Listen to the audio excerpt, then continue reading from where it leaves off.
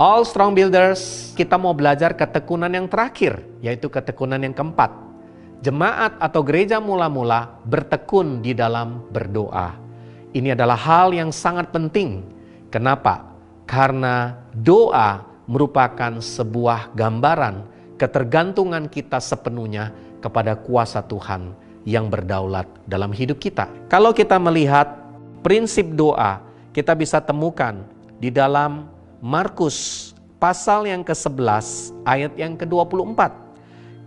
Firman Tuhan berkata, "Karena itu aku berkata kepadamu, apa saja yang kamu minta dan doakan, percayalah bahwa kamu telah menerimanya, maka hal itu akan diberikan kepadamu."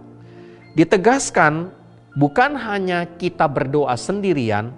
Di dalam Matius 18 ayat 19, Yesus berkata, "Jikalau 2 orang daripadamu di dunia ini, 2 orang ada dalam pemuridan, 2 orang lebih ada di dalam komsel kita, sepakat meminta apapun juga, permintaan mereka akan dikabulkan oleh Bapakku yang di sorga." Luar biasa. Tuhan menjawab doa, dan doa bukan hanya pribadi, doa bersama-sama dengan orang lain, teman-teman kita. Dan ingat, doa yang dijawab bersama-sama haruslah dilakukan dengan kesepakatan. Karena kesepakatan akan menghasilkan jawaban-jawaban doa dalam kehidupan kita. Ada hal yang penting yang saya juga ingin bagikan dalam doa yang kita bisa lakukan melalui pemuridan dan komsel kita. Yesus mengajarkan prinsip doa Bapa kami. Rasul Paulus mengajarkan kepada kita berdoa di dalam Efesus 1 supaya mata hati orang yang kita doakan menjadi terang dan mengerti panggilan Tuhan dalam hidup mereka. Efesus pasal yang ketiga, doa Rasul Paulus kembali. Berdoa supaya semua kita mengenal kasih Allah dan kita bisa bersama-sama mengalami, memahami, mempraktekkan kasih Kristus dengan 4 dimensi dalam kehidupan kita. Bukan hanya itu, dalam Filipi 1, Rasul Paulus mengajarkan tentang prinsip mendoakan orang supaya hidup mereka memulai dan mengakhiri sampai garis yang paling akhir. Dan doa Rasul Paulus di dalam Kolose 1 juga mengajarkan kepada kita bagaimana iman dan kasih selalu ada dalam kehidupan kita. Hidup yang layak, hidup yang berkenan, hidup yang menghasilkan buah ada di dalamnya. Saudara bisa praktekkan prinsip-prinsip doa dari Tuhan Yesus, Rasul Paulus kepada orang yang kita muridkan sesama satu dengan yang lain. Bahkan di dalam anggota komsel kita percaya biar kiranya doa yang dimaksud digenapi dalam kehidupan kita. Dan inilah prinsip yang disebut saling mendoakan. Ask and believe. Berdoa dan percaya bahwa kita akan memperoleh jawaban tersebut. Di akhir saya ingin berbagi bahwa ternyata gereja mula-mula lewat berdoa mereka memiliki Kisah Rasul 4 ayat yang ke-31, karena dikatakan demikian. Dan ketika mereka berdoa, goyanglah tempat mereka berkumpul dan mereka semua penuh dengan Roh Kudus, lalu mereka memberitakan firman Allah dengan berani. Inilah yang disebut prinsip saling mendoakan dan kita perlu bertekun di dalamnya.